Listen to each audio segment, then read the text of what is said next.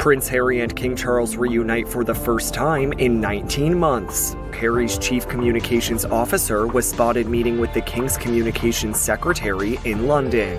In a royal twist no one saw coming, the Duchess of Sussex shared the unexpected clip of her and Prince Harry dancing just before the birth of their daughter. Today, we're diving into something that has shaken the very foundations of the monarchy. King Charles and Prince Harry held a private meeting. Prince Harry, as he arrived there at Clarence House, where he's expected to meet his father, King Charles. And what transpired has exposed shocking truths about Meghan's children that nobody saw coming. This isn't speculation. This isn't gossip. This is about DNA evidence, royal legitimacy, and secrets that could change everything. Behind closed doors, the summit that broke royal protocol. When Prince Harry made his brief return to the UK, the palace insisted it was routine, but insiders tell a different story. King Charles requested an urgent private audience with his son. No advisors, no press, just father and son facing truths that had been buried too long. What could be so sensitive that it required absolute secrecy? According to sources close to the situation, King Charles presented Harry with documentation, DNA test results concerning Archie and Lilibet. The meeting wasn't about reconciliation or family bonding. It was about confronting evidence that questions the very bloodline of the Sussex children. The alleged findings? Documents reportedly stamped by palace officials suggesting no Windsor blood detected. If true, this would be the most significant constitutional crisis the monarchy has faced in modern history. But how did we get here? What led to such an extraordinary measure? Let's rewind to May 2019, the birth of Archie Harrison Mountbatten Windsor. From the very beginning, something felt off. The announcement timing was unusual. Buckingham Palace revealed the Duchess was in labor early morning. Then, hours later at 5:26 a.m. confirmed the birth had already occurred. The Duke and Duchess of Sussex revealed their son's birth just 20 minutes after Buckingham Palace initially announced Markle had gone into labor on Monday, May 6, 2019. For a family that operates with military precision, this vagueness raised eyebrows. But the real break from tradition came next. For generations, royal births followed a sacred pattern. The Lindo wing at St. Mary's Hospital, photographers positioned on the steps, the proud parents emerging with their newborn for the world to witness. Princess Diana did it. Catherine did it. It was more than tradition. It was public validation of the royal line. Harry and Meghan refused. Instead, they orchestrated a controlled photo shoot 2 days later at Windsor Castle. Limited access, carefully chosen angles, and notably, the baby's face barely visible. Why such secrecy for what should have been a moment of celebration? This single decision planted the first seeds of doubt. Fast forward to June 2021. Lilibet Diana Mountbatten Windsor was born, allegedly in Santa Barbara Cottage Hospital, California. But here's what's remarkable. There were no witnesses, no hospital photographs, no medical professionals publicly confirming the birth, just a brief statement on the Archewell Foundation website. For 6 months, the public saw nothing. No family photos, no glimpses, nothing until a carefully curated Christmas card revealed what was supposedly the Sussex family. Even then, images of the children were strategically obscured or taken from distances that prevented clear identification. Compare this to any other royal birth in history. Documentation has always been paramount, not for tabloid consumption, but for constitutional legitimacy. When the line of succession is at stake, transparency isn't optional. So why the blackout? The DNA testing protocol, how the palace investigates. Here's what most people don't understand. DNA testing of potential heirs isn't unprecedented. It's just never been public. Royal families have always had mechanisms to verify lineage, especially when succession rights are involved.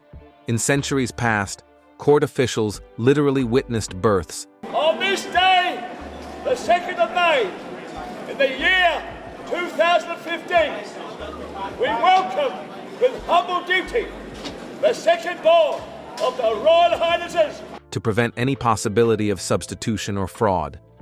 Today, those mechanisms are more sophisticated but equally important. According to sources, the Royal Protocol Office, the administrative body responsible for succession verification, initiated a discreet investigation into the biological parentage of the Sussex children. This wasn't done lightly or maliciously. It was prompted by mounting inconsistencies that could no longer be ignored. The alleged testing process involved obtaining genetic samples through methods we cannot confirm. Some sources suggest samples were collected during a brief UK visit. Others claim medical records were accessed through legal channels. What matters is the reported outcome. The DNA analysis allegedly revealed no genetic connection to Prince Harry or the Windsor lineage. If these reports are accurate, the implications are staggering. We're not just talking about titles or public perception. We're talking about constitutional legitimacy, succession rights, and whether these children have any legal claim to the privileges they currently hold. The surrogacy theory, following the money trail. Now let's address the elephant in the room, surrogacy. Multiple sources have alleged that both Archie and Lilibet were carried by a surrogate mother, identified only as JG in leaked documents. This isn't wild speculation. There are specific details that demand attention. Court documents allegedly show payments exceeding $750,000 flowing through intermediary accounts to organizations connected to surrogacy services. The reported arrangement included a multi-decade non-disclosure agreement with severe financial penalties for breach of confidentiality. Why such extreme secrecy if everything was legitimate? The alleged timeline paints a troubling picture. JG was reportedly kept unaware of the parent's identity initially, confined to a private estate with restricted communication, and gave birth in a Los Angeles medical facility using pseudonyms on all records. Most disturbing? Reports claim the Duke and Duchess were not present at the actual births, but arrived hours later. Now, surrogacy itself is legal and many families use it. But the level of secrecy here goes beyond normal privacy. When combined with the refusal to provide standard documentation and the absence of any independent verification, it creates a pattern that suggests something more than mere discretion. Internet sleuths have conducted exhaustive analyses of available photographs, and their findings are disturbing. Images of Meghan pregnant show inconsistencies that cannot be explained by lighting or clothing alone. Some called it bizarre, and together, social media had a lot of things to say. In some photos, the baby bump appears to shift position. In others, it seems to collapse or fold in ways that biological pregnancy cannot. This has led to the moon bump theory, the suggestion that Meghan wore a prosthetic pregnancy belly. Before you dismiss this as conspiracy theory, consider moon bumps are commercially available products used in film and television. They're designed to look realistic in photos, and they explain the visual anomalies that even medical professionals have questioned. Then there are the children themselves. Side-by-side comparisons of Archie and Lilibet show dramatic variations in features, skin tone, hair color, ear shape, that seem beyond normal childhood development.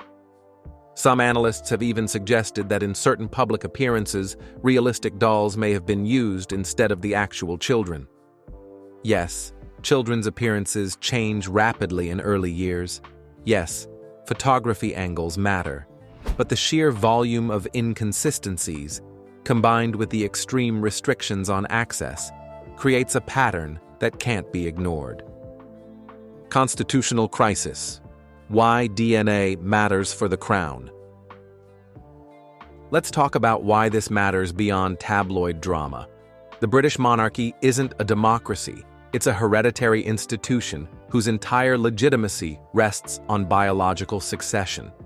This principle is enshrined in law through the Act of Settlement 1701 and the Succession to the Crown Act 2013. These aren't symbolic documents.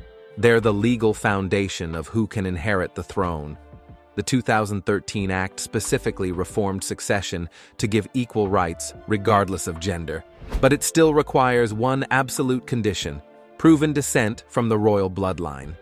If Archie and Lilibet are not biologically Harry's children, their positions in the line of succession are legally void. Their royal titles, Prince and Princess, granted by King Charles, would have no legitimate basis. Their use of the Sussex surname, their eligibility for security funded by public money, their future roles as working royals. They'll step back from royal duties, including official military appointments. They'll no longer receive public funds. All of it rests on a biological connection that is now in question. This isn't about being harsh or cruel to children. It's about constitutional law. The monarchy's authority derives from its historical continuity. Break that chain of verifiable descent, and you undermine the entire institution. What has the palace said about all this? Nothing. Absolutely nothing. No confirmation, no denial, not even acknowledgement that questions exist. This silence is itself revealing. Royal protocol typically demands swift correction of false information, especially concerning succession. When rumors circulate about working royals, press offices issue statements. When tabloids publish inaccuracies, legal letters follow. The fact that these explosive allegations have circulated for years without any official response suggests something deeper is happening. Behind the scenes, however, reports indicate intense activity. King Charles has allegedly convened multiple confidential meetings with Prince William, the Prime Minister, and constitutional lawyers. These briefings supposedly reviewed the DNA evidence and explored potential responses, from private family resolution to public statements to possible legal action. Why the paralysis? Because every option carries enormous risk. Confirm the DNA findings, and you trigger a constitutional crisis while humiliating a family member publicly. Deny them, and you're accused of cover-up if evidence later emerges. Remain silent, and you allow conspiracy theories to erode public trust in the monarchy itself. The commercial exploitation angle: privacy or profit? Here's where things get even more complex. After stepping back from royal duties, Harry and Meghan repositioned themselves as media entrepreneurs. The Netflix documentary series Harry and Meghan, the Spotify podcast deals, the Archewell Foundation. These ventures monetize their royal status while claiming to protect their privacy. The contradiction is glaring. They demand absolute privacy for their children. No clear photographs, no medical records, no public appearances. Yet they simultaneously produce commercial content featuring those same children, carefully edited and controlled to maximize their brand value while minimizing scrutiny. This isn't about celebrity privacy in general, it's about having it both ways. You cannot claim royal titles and public sympathy for your children while refusing basic documentation that every royal heir in history has provided, then turn around and profit from carefully curated glimpses of those same children in paid media content. Critics argue this is exploitation, using royal connections for financial gain while avoiding royal responsibilities. Supporters claim they're simply controlling their narrative. But when constitutional questions arise about succession and legitimacy, narrative control isn't enough. Facts matter. Social media has turned this story into a phenomenon. Every theory, every photo analysis, every alleged leaked document spreads instantly to millions. Algorithms favor controversial content because it drives engagement. Echo chambers form where like-minded users reinforce each other's beliefs regardless of evidence. Traditional media has been complicit too. Tabloids prioritize sensational headlines over verification because clicks generate revenue. The economic incentives favor speculation over truth. Even mainstream outlets have been hesitant to investigate thoroughly, either from fear of being labeled conspiracy theorists or from pressure not to seem racist or anti-Meghan. This creates an information vacuum where truth becomes irrelevant. Those who believe the DNA allegations find every ambiguity as confirmation. Those who support the Sussexes dismiss all questions as baseless attacks. How it's all working, not just for the Duke and Duchess of Sussex, but also the impact it's having on the wider royal family. They may be leaving the working firm, but the Queen has made it clear they are still valued members of the family. Meanwhile, the actual facts remain obscured by competing narratives and the palace's refusal to engage. The parliamentary time bomb. What happens if this goes public? Imagine this scenario. Credible evidence of the DNA findings leaks publicly, forcing Parliament to address the situation. What happens then? Parliament has ultimate authority over succession law. They could investigate, demand documentation, potentially strip titles, or remove the children from the line of succession. But doing so would create unprecedented political chaos. The monarchy is supposed to remain above politics. Dragging succession questions into parliamentary debate would politicize the crown in ways that could prove fatal to the institution. MPs would split along party lines. Public opinion would fracture. The carefully maintained neutrality that allows the monarchy to survive in a democratic age would shatter. Yet if legitimate constitutional questions exist, Parliament cannot ignore them. The tension between political prudence and constitutional duty could tear the system apart. The palace faces an impossible choice. First path: continue the silence. Let the theories circulate, maintain the stalemate, hope attention eventually fades.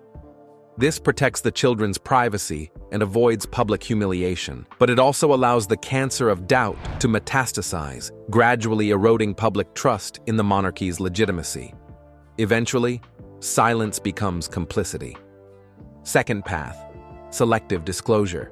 Release limited information, perhaps birth certificates with some redactions, statements from medical professionals, carefully worded confirmations.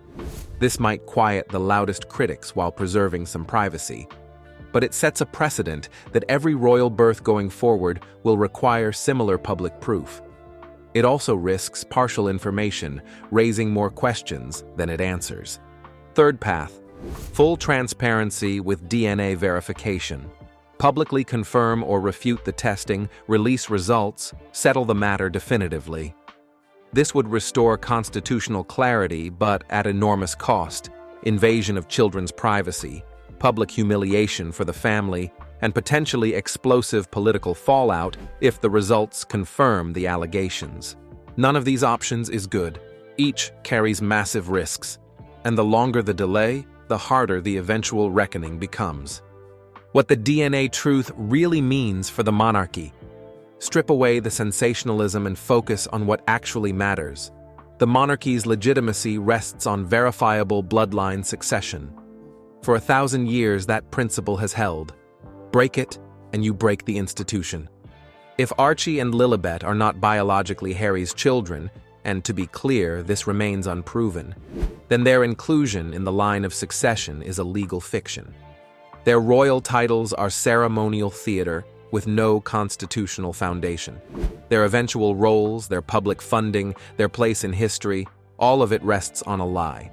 But even if the DNA confirms their legitimacy, the damage is already done. The fact that such questions can circulate for years without resolution, that a significant portion of the public has doubts, that even insiders whisper about cover-ups. This reveals how fragile royal authority has become in the age of social media and commercial royal branding. The monarchy survives on public consent based on tradition and constitutional role.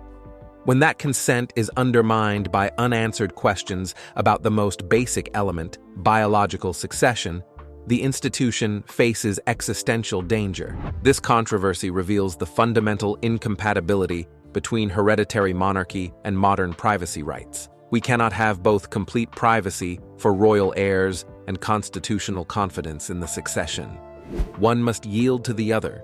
For centuries, the monarchy solved this by making births public events with witnesses and documentation. It was invasive, yes, but it served the constitutional purpose of legitimacy verification. Harry and Meghan rejected this model, claiming the right to privacy that any parent might want for their children. But they're not any parents. They're members of a hereditary institution whose purpose is public, whose funding is taxpayer money, and whose authority depends on proven lineage. You cannot claim institutional privileges while refusing institutional obligations. The Sussex children find themselves trapped between these incompatible demands: their parents' desire for privacy and the public's constitutional right to verify the succession. Neither side can win without the other losing something essential. So what really happened in that meeting between Charles and Harry? Sources suggest it wasn't about evidence presentation. Charles likely already had all the information he needed. It was about ultimatum. The king allegedly presented Harry with a choice: provide verifiable documentation proving biological parentage, allow independent testing, or accept that the children's titles and succession rights cannot be sustained. This wasn't negotiation. It was notification.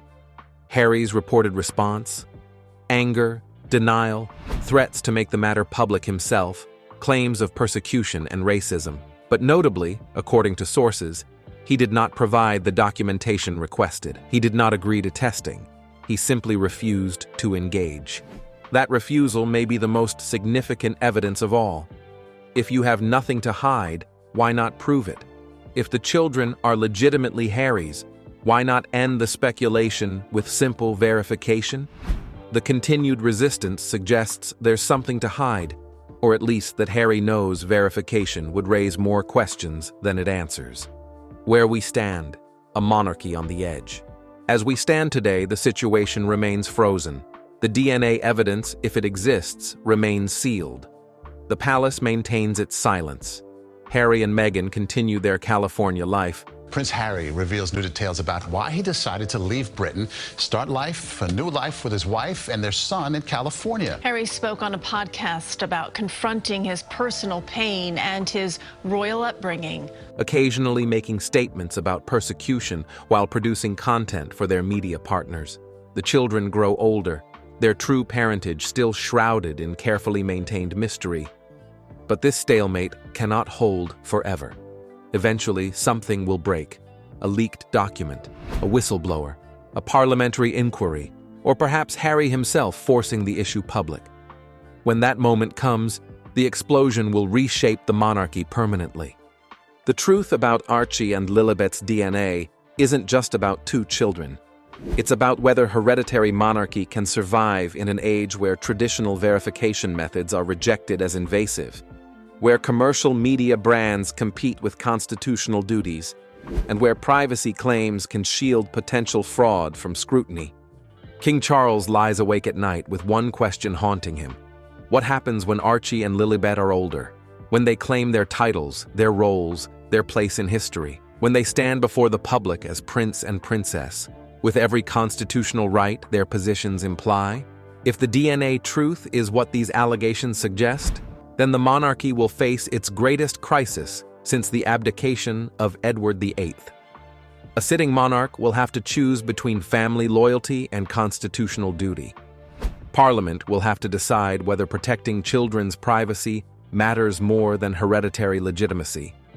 The public will have to grapple with whether they can trust an institution that cannot verify its own bloodline. The secret summit between Charles and Harry didn't resolve these questions. It only made them more urgent. The truth, whatever it is, waits in sealed files and private knowledge. But truth has a way of emerging, and when it does, the House of Windsor will face a reckoning unlike any it has known. Thank you for watching. The story continues to develop, and we'll bring you every update as it breaks. What do you think? Is this a massive cover-up or unfounded conspiracy? Share your thoughts below and make sure you're subscribed because this is far from over. This is far from over. This is far from over. This is